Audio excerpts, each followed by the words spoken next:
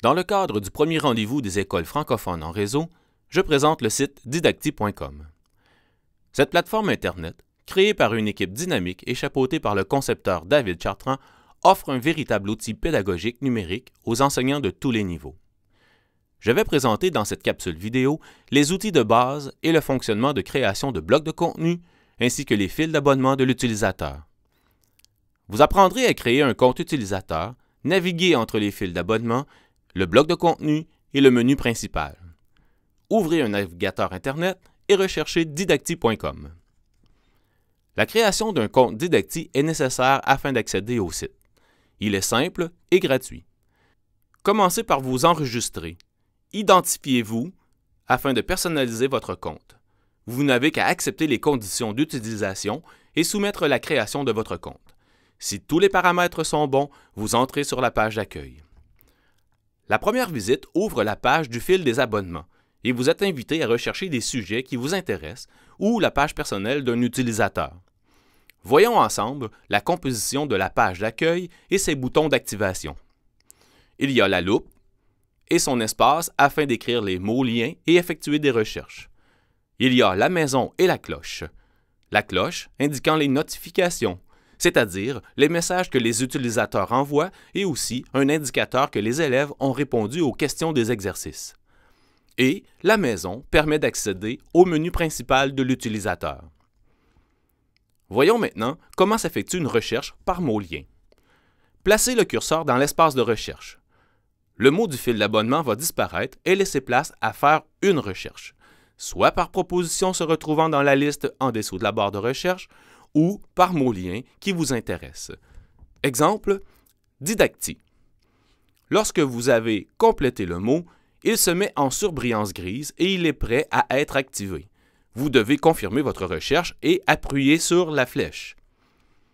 Une série de blocs apparaîtra sous la barre de recherche et présentera différents contenus pouvant être consultés et même exécutés. Ces blocs sont les contenus de cours. Une multitude de blocs s'offre à l'utilisateur. Il n'y a qu'à choisir celui qui répond à ses besoins. Faisons un autre exemple. Écrivez le mot français et confirmez votre recherche. Il donne accès à une multitude d'exercices en français de tous les niveaux confondus. Il y a aussi la recherche d'une page personnelle. Cela peut faciliter le choix des blocs de contenu, surtout lorsqu'on connaît la personne et que l'on partage la même matière au secondaire ou le même niveau aux classes primaires. Par exemple, pour rechercher la page de Pierre Comille, l'utilisateur doit placer le curseur dans la barre de recherche et commencer par écrire un A commercial, puis écrire le nom au complet ou le choisir dans la liste déroulante au bas de la barre de recherche et voir le nom en surbrillance bleue. Alors, il ne reste plus qu'à confirmer en appuyant sur la flèche. Vous accédez ainsi à la page personnelle de la personne recherchée. Cependant, comme vous pouvez le constater, les résultats ne sont pas toujours concluants. La page peut être vide ou posséder plusieurs blocs et un travail de sélection reste à faire, puisqu'ils ne correspondent pas nécessairement à notre enseignement. C'est pourquoi nous allons voir ensemble comment construire ses propres blocs de contenu. Regardons plus précisément la conception de la page personnelle. Accédez à la page personnelle de Pierre Comille, qui est représentée par une ligne bleue avec une image. Selon votre choix ou l'avatar vide, ça dépend de ce que vous voulez illustrer. Est illustré le nombre d'abonnés et le bouton d'abonnement ou de désabonnement. De plus, dans le bas droit de la page, vous retrouverez deux boutons de création. Le bloc raccourci et le bloc création de contenu.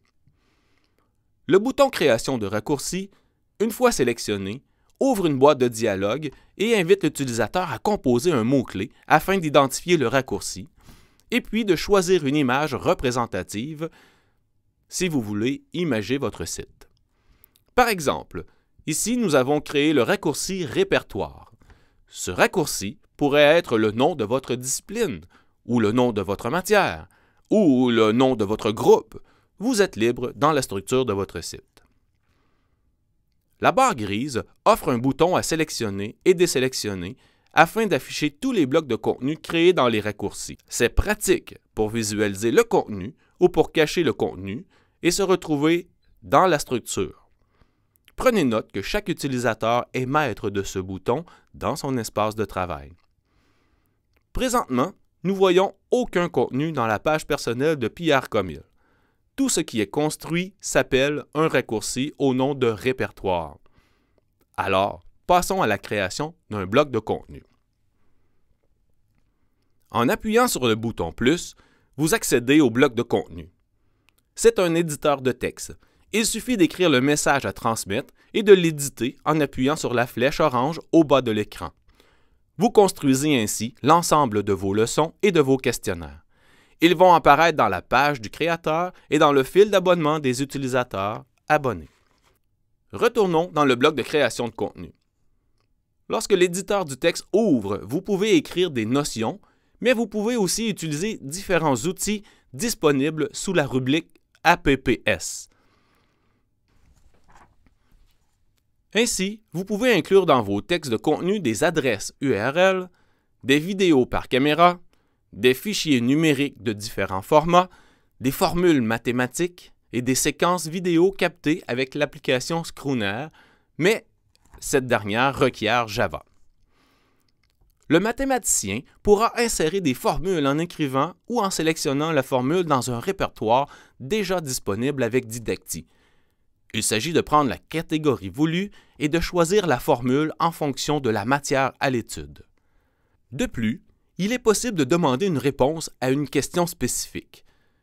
Vous avez à écrire la question dans l'éditeur du texte et vous appuyez sur le mot « Demander une réponse » afin de créer l'espace de réponse selon le type de question et le choix de réponse s'offrira à l'utilisateur. Il peut demander d'insérer une adresse URL, une vidéo, un fichier de différents formats, une formule, une réponse courte, une réponse numérique, un choix de réponse ou une réponse à développement en utilisant l'option texte. Dans notre exemple, l'utilisateur demande une réponse à choix multiples et construit 4 choix de réponse. Lorsque les choix sont élaborés, le bloc affiche le contenu, la question et le choix de réponse. L'élève reçoit dans son fil d'abonnement le bloc à faire et doit répondre à la question. Il n'a qu'à sélectionner le bon chiffre et appuyer sur « Choisir » pour confirmer sa réponse. À ce moment, une étoile apparaît pour mentionner qu'il a complété ou un crochet indique la bonne réponse dans le bloc de l'élève. De plus, le nombre de personnes qui a répondu à la question est indiqué et une notification est envoyée à la page de l'enseignant. Il est à noter qu'au moment de la création, il y a des options de configuration de la réponse que l'utilisateur peut modifier afin de rendre sa question adaptée à ses besoins. Par exemple, on peut demander de rendre la réponse publique ou privée, émettre un message lorsque la question est complétée ou faire apparaître une autre question conditionnelle à la réponse donnée. Bref, plusieurs possibilités pédagogiques. Maintenant, revenons à la conception d'un bloc de contenu, afin de modifier les informations dans un bloc déjà construit. Il est possible d'accéder à nouveau dans l'éditeur de texte en sélectionnant le petit logo des 9 points dans le coin droit de la zone titre du bloc. La boîte de dialogue apparaît et offre 4 possibilités. D'abord, pour retourner dans l'éditeur de texte, il suffit de sélectionner « Modifier ». Par la suite, vous avez la possibilité de sélectionner et de supprimer un bloc au complet. En troisième, vous avez la zone de « Partager avec », qui consiste à partager un bloc avec des raccourcis ou avec le nom d'une personne. Ainsi, après la conception d'un bloc, l'utilisateur peut faire suivre le contenu à l'endroit désiré. Finalement, la zone de permission qui permet de rendre le bloc visible au public ou le garder privé. Voyons maintenant comment organiser la zone « Menu personnel ». La façon d'inclure un raccourci dans le menu personnel de la page de l'utilisateur est simple. Il s'agit d'accéder à la page désirée par l'intermédiaire de la barre de recherche. Identifier l'invitation à s'abonner et à la sélectionner afin de voir apparaître dans le menu personnel les différents raccourcis et ou les pages personnelles à consulter régulièrement. Vous remarquerez que le statut indiqué change selon le choix de la personne. Il ne reste plus qu'à vérifier si l'abonnement est indiqué dans le menu. Ensuite, lorsque vous sélectionnez dans votre menu le fil des abonnements, vous accédez à la page du fil des abonnements et vous pouvez consulter les blocs contenus. Il est à noter qu'à chaque fois que vous quittez Didacti.com, la dernière page consultée va réapparaître dans le fil des abonnements à votre prochaine visite. Le compte Didacti est programmé de façon à ouvrir automatiquement à la page du fil des abonnements. Il reste une section encore inexplorée, et il s'agit de la zone Aide de Didacti qui offre une multitude de tutoriels pour vous aider à travailler avec Didacti ou simplement pour vous remémorer les procédures que nous venons de voir, et il offre encore plus de tutoriels. Merci de votre attention. Bonne visite sur Didacti.com.